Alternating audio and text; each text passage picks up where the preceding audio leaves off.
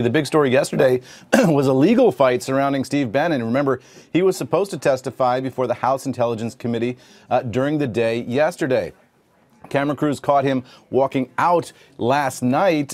He said almost nothing to reporters who were gathered there yesterday as to what he might have said, and he may have said almost nothing to the House Intelligence Committee. A legal dispute erupted between the White House and the House Intelligence Committee yesterday about whether Bannon could invoke executive privilege on behalf of the President of the United States. Democrats and Republicans said that when Bannon arrived yesterday morning at the committee, he declined to answer any questions whatsoever about his White House service, saying that those might be subject to executive privilege. Republicans and Democrats responded to that with a subpoena to force him to testify. It's not clear how much he did testify yesterday amid all of the legal wrangling. The top Democrat on the committee, Adam Schiff, said he was frustrated with the move. Here's what he said.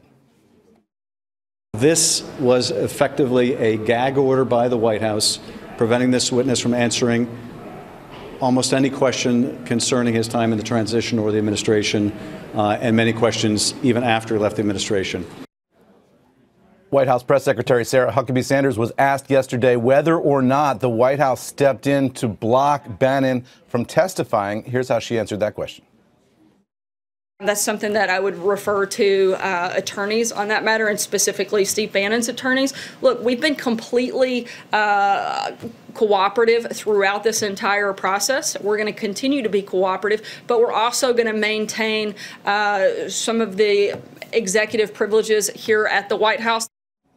So Sarah Huckabee Sanders there yesterday using the phrase executive privileges, but it appears that the White House is trying to not officially invoke executive privilege here. The Bannon line of argument, it would seem, is that some of this stuff might impinge upon executive privilege if the president decides to invoke it later. So there's a real debate here legally about whether or not Bannon can invoke executive privilege at all over material that happened during the presidential transition before the president was sworn in as president of the United States. So we'll see where that one goes today as that legal wrangling continues, guys. Back over to you. Was that the big story? The guy answered questions for an hour. The doctor. That was fascinating. He was Bush's doctor. He was President Obama's doctor yep. too. So he supposedly isn't a guy that they just stuck in there. Yeah. It was really interesting yesterday. He came out, Dr. Jackson, the White House physician, to take questions, and he said the president asked him to go out there and take every question the press corps threw at him, and that Sarah Huckabee Sanders was not to interrupt him while he was answering questions. And he talked for just about a full hour. I was in the room for that.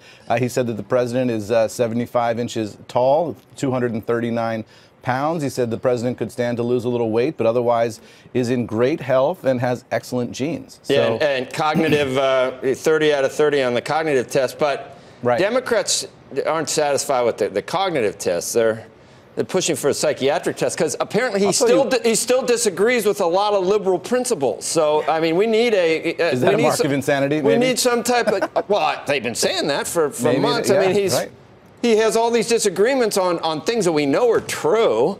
There's got to be something wrong with him. Speaking of true, I got a kick on Twitter yesterday in my mentions after I put out some of these details.